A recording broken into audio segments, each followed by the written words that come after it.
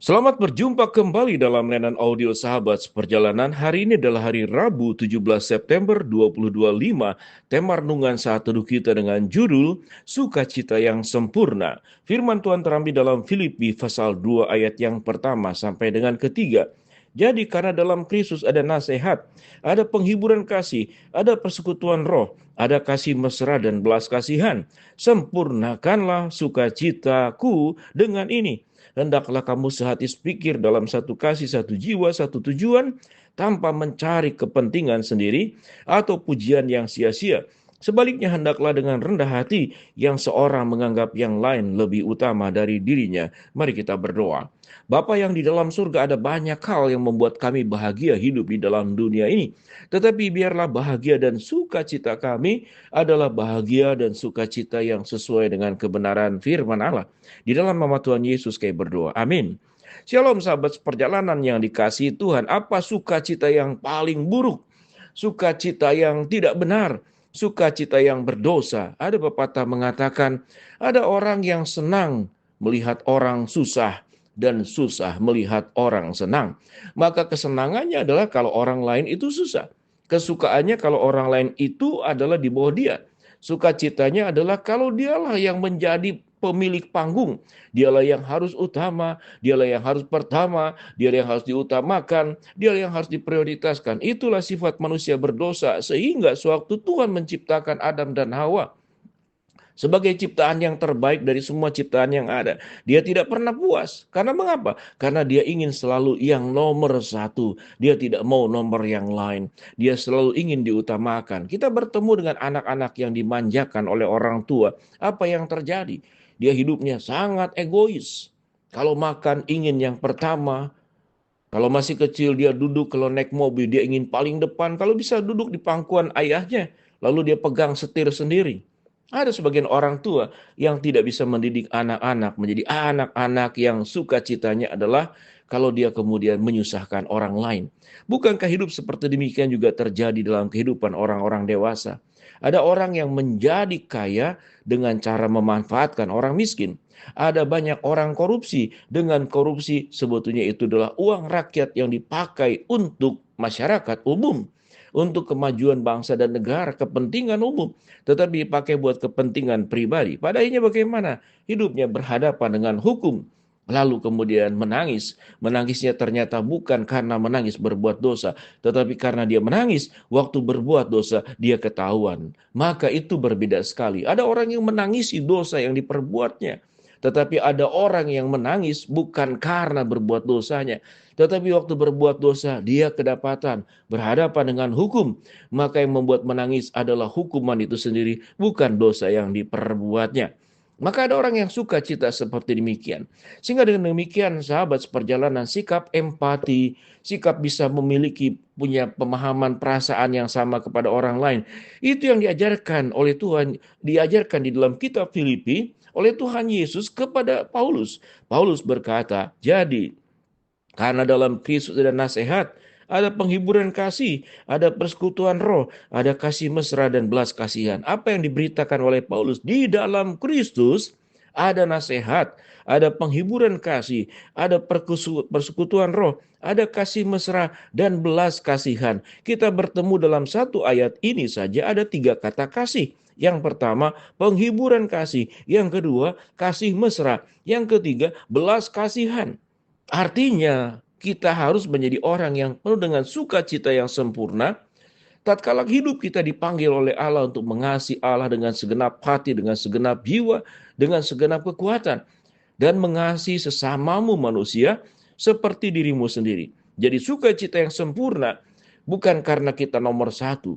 Bukan kita ada di podium sebagai pemegang kemenangan dalam setiap hal. Bukan karena kita diprioritaskan, kita diutamakan, kita mendapatkan kemenangan-kemenangan yang semuanya adalah untuk sendiri.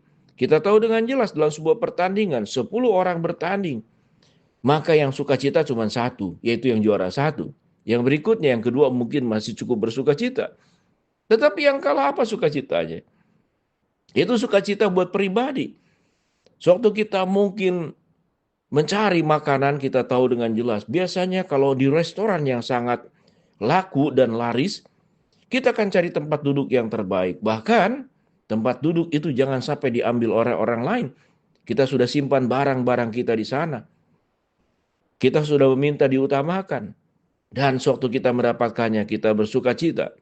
Tapi orang lain menunggu, dia tidak peduli. Mungkin ada kakek nenek yang antrian memang aturannya harus menanti. Tetapi kalau orang yang baik mengasihi, ada orang yang jauh lebih butuh daripada semuanya itu. Kita akan utamakan. Utamakan orang yang lebih lemah dari kita. Utamakan orang yang lebih membutuhkan dari kita. Belajar bersyukur untuk apa yang sudah kita miliki.